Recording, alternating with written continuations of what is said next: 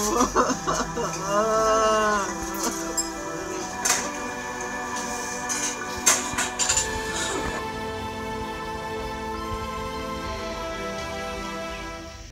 পৰিয়াল চলাইছিলে, ছোৱালী দুজনী পঢ়াই আছিলে।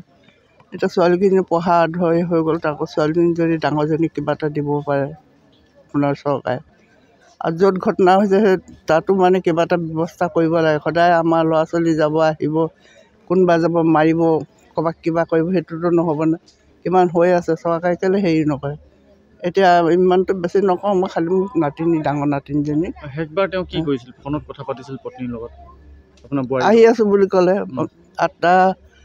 8টামান বজাত কৈছে, মই উঠিলোঁ, আহি মিতিয়াই নগ'লে। তাৰপৰা তাই ক'লে কি হ'ব, আপুনি কিবা এটা খাই ল'ব, ভালকৈ আহক, এনেকৈ ক'লে। হ'ব এতিয়া খাম, ট্ৰেইনত দিবলৈ হোৱা নাই, টাইম হোৱা নাই, যেতিয়া টাইম হ'ব তেতিয়া খাই ল'ম ক'লে। তাৰপৰা নাই, তাৰপৰা আমি বহি আছোঁ, ঠিক 9টামান বাজিছে। সেই দেওবাৰ আছিলে সেইদিনাখন, একো প্ৰগ্ৰেমো নাছিলে টিভিত, সেইকাৰণে ভাত খাই পেলাই শুই থাকোঁ বুলি। ভাত বাঢ়োঁগৈ দেই মা ক'লে, হ'ব ভাত বাঢ় বুলি ক'লোঁ। সেই ভাত বাঢ়িব লৈছে আৰু ফোন আহিছে। তাৰপৰা কি কৰিছে সুধিলে, তাৰপৰা কি কৰিমনো, ভাত বাঢ়িব লৈছোঁ ক'লে। তাৰপৰা হেৰি ভাত বাঢ়িব লৈছোঁ, ক'ত পালেহি নেকি আপুনি, আহিছে নেকি? মই আৰু ঘৰত যাব নোৱাৰিমে হপায়, মই ঘৰ দেখি নাপাম হপায় বোলে। সি ইমানে কথা কোৱা।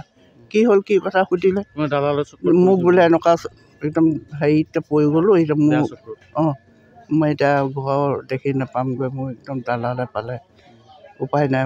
আপুনি কি কৰিছিলে, কি নাই কৰা এইবিলাক সুধিলে, মইতো একো কৰা নাই, মোক এনেই ফচাই দিলে, এনেকুৱা কিবাকিবি মানে হেৰি কৰে।